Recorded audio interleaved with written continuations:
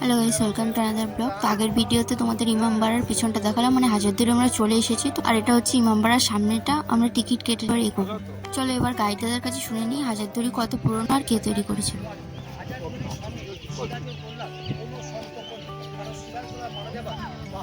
বছর পর হাজারদুয়ারির প্রাসাদ নির্মাণ করেছিলেন মির্জাপুরের পঞ্চম পুরুষ নবাব নাজিম হুমায়ুন শাহ। ওই দূরে একদল পাখির ঝাঁক আসছে, দেখো হাজারদুয়ারির উপর দিয়ে হাজারদুয়ারির সৌন্দর্যতা আরও বাড়িয়ে দিচ্ছে।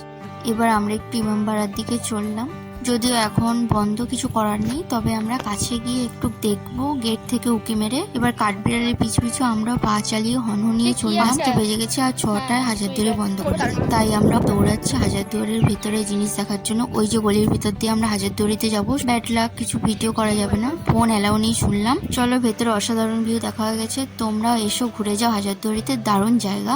বাই।